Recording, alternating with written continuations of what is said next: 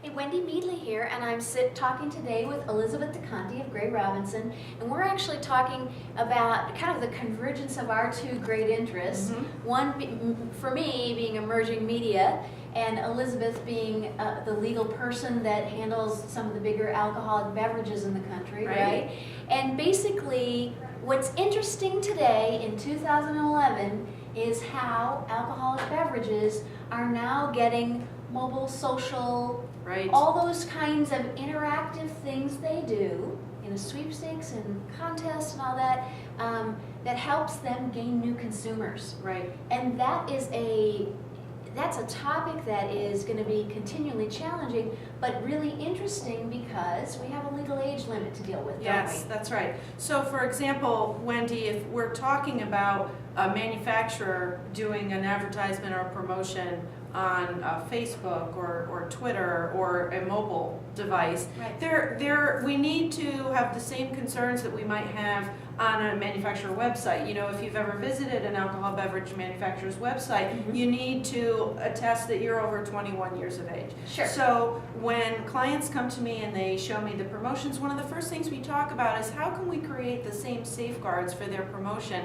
so that any regulatory officials that might see the promotion know that this is something that we've exercised good judgment on, and that we're not trying to use the promotion to target underage consumers. Sure, and none of these companies are really. No. You know, and so they just have to put these safeguards in place so that their intent of following the law is in place. Correct, because of course the laws that affect alcoholic beverages date back, some of them to the early 30s. So, you know, they have not been drafted to design, to approach social media the way that we're now using it and to encompass mobile devices. You know, today we have iPads and tablets and slates and things of that of that nature, and none of these rules were ever designed to cover promotions on these devices. So we need to, as attorneys, we need to extrapolate from those laws and advise our clients on how they can do these new and innovative promotions through these kinds of media. And let's talk for a minute and drill deep on three different categories that I think are highly interesting that over the last year, alcoholic beverage companies have really led the race. If you see the industry-leading campaigns, alcoholic beverage companies really have led campaigns on Twitter, Facebook, on mobile, some really cool and exciting stuff out there. Yes. I mean, even looking at what the NFL did for the Super Bowl and all of that, you know, the world is changing and rapidly. It is. So as you mentioned, alcohol beverage manufacturers are frequently sponsors of events where they're legally permitted to do so. So that's a natural fit for social media. Another area that we've seen great use of Twitter and Facebook and mobile applications is when an established manufacturer rolls out a new product line, a new brand. Engagement. Yeah, we've seen some very successful consumer engagement on those kinds of campaigns. And again, here the manufacturers are talking to their existing customer base for their other brands or appropriate demographic age groups that perhaps buy a competitive product. Sure.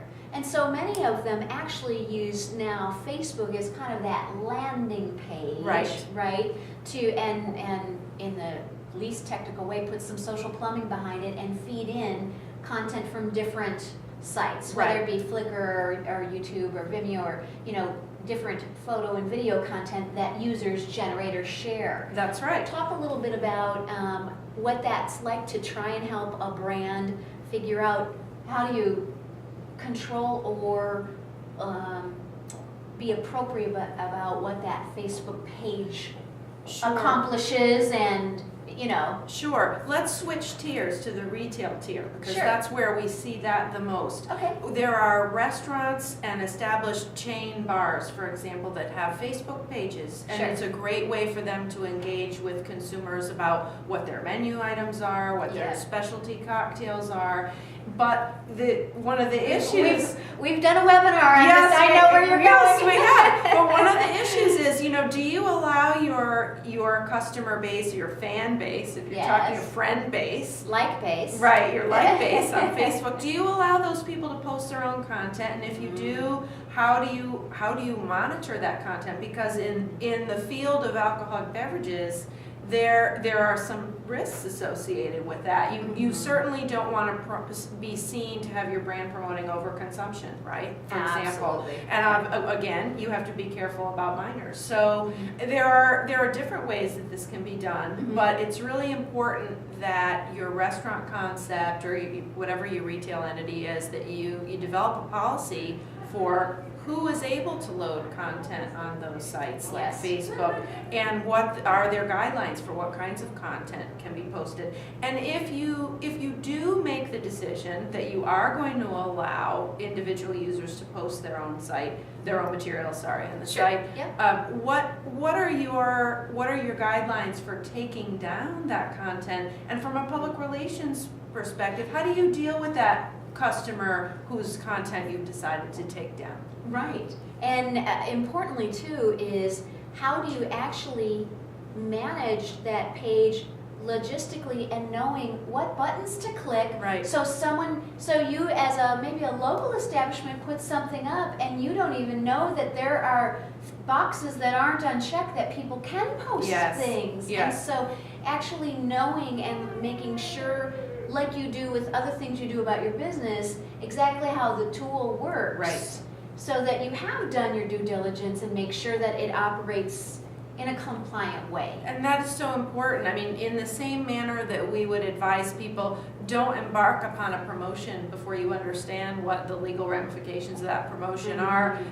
The use of social media sites, Facebook, Twitter, mobile applications is the same. You must understand how to use it and any additional legal ramifications of using it before you begin, because otherwise, number one, you won't get your best benefit out of I mean, these promotions used through these vehicles can be very beneficial for your brand, but you won't recover all of that benefit unless you consult a professional to help you figure out how to use those vehicles the same way as you would if you failed to consult an attorney to help you figure out. You're thinking in the end, right? Right. Sorry for the self-promotion, but that's just that is the reality of it. And it's just actually really good business. In fact, I have a client who ran a YouTube campaign, and much like any of these social networks are now all trying to figure out how to monetize themselves. This is a larger brand, and what they did was they got actually a call from YouTube saying, oh, by the way, you're going to use our name even with the trademark in that name, and you're going to direct people there. Now we want to charge you an advertising fee for being part of that campaign. So the simplicity of needing to change that and have them land somewhere else, but then populate them on YouTube, and some of the Facebook has some of those same rules. Flickr is Yahoo, and you can't put a URL on pictures. Right. So looking, even the simplicity of looking at the policies the terms of service of all these sites is a really critical component. I mean, that's the most baseline legal out of the box. Right, and we touched on her a few minutes ago, the importance of layering onto your alcohol beverage law analysis any additional concerns that there might be using these types of media, but certainly an intellectual property analysis is something you need to do too.